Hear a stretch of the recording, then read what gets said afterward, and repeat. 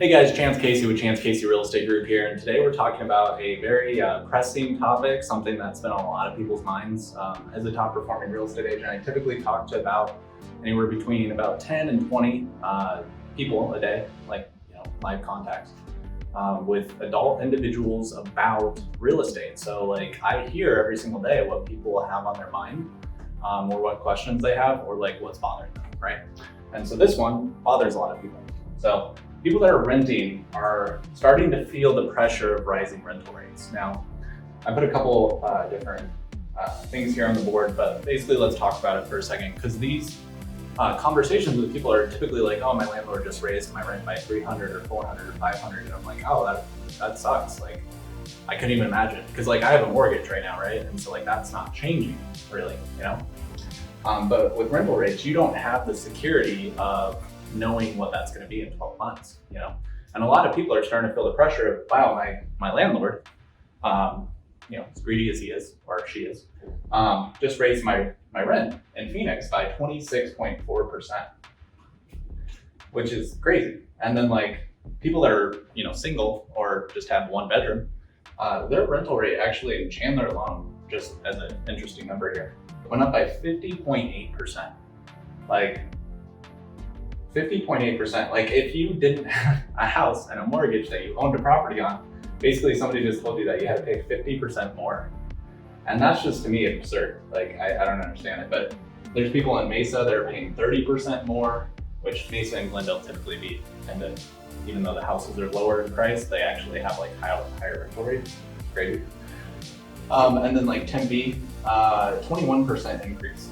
So like, if you were renting last year, you're actually paying this much more stagnantly. So if we took like a 2,000, you would $2,000 a month, times that by that, or 1.26, and then that's what it is. Our sources for that is Rent Cafe and Phoenix Business Journal. I didn't go through every single article out there, but basically the consensus that I'm hearing from almost every single person that I talk to that's a renter is that their rent is going up and they want to find a place to move to before things get too out of hand. I'm actually going to be posting either right before or after this one, just depending on how long it takes to edit. One about how the change of interest rates right now on your overall purchase price is really affecting people in a negative way right now, because it's actually starting to go up, the interest rates are. And so if you're thinking about getting a house, it might be like an hour never type of thing in Phoenix, or eventually the Phoenix market is just going to tell you as a renter that you don't belong here. You have to move to another city that's more affordable, because we're starting to be like San Francisco, where it's like, wow, the prices of houses are like really high and the rent's so high that people that are working at these tech jobs are living out of their van.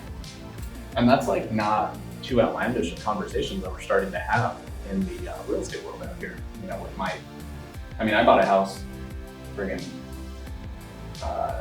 a contract on in like end of 2020, and I bought it for like 481 base, and like the base prices of those houses are like 750.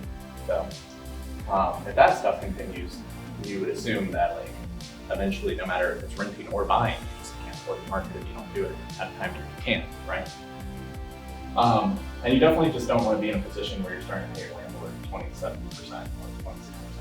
So anyways, I'm rambling at this point, but this is just crazy to look at, and kind of gives you some insight on like what people are dealing with on a daily basis, just based off like my conversations with them and stuff. So keep this in mind, and if you want to stay updated on today's real estate market, feel free to reach out to me. My cell phone number is 602-525-5502. You can text me or shoot me a phone call. Thanks.